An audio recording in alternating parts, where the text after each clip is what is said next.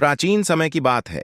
एक गांव में एक किसान अपनी पत्नी और बेटे के साथ रहता था। उनके पास बहुत कम संपत्ति थी, लेकिन उनके पास एक गाय थी जो उनके लिए दूध देती थी। एक दिन जब किसान खेत में काम कर रहा था, उसने देखा कि उसकी गाय के दूध में से कुछ दूध हर दिन गायब हो जाता है। किसान ने सोचा कि वह किसी से इसका पता लगाएगा।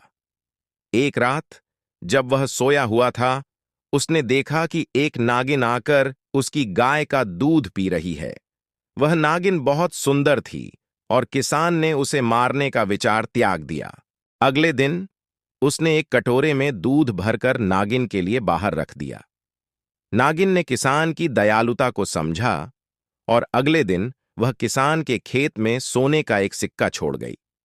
किसान ने देखा कि हर दिन नागिन दूध पीती थी और उसके बदले में सोने का सिक्का छोड़ जाती थी।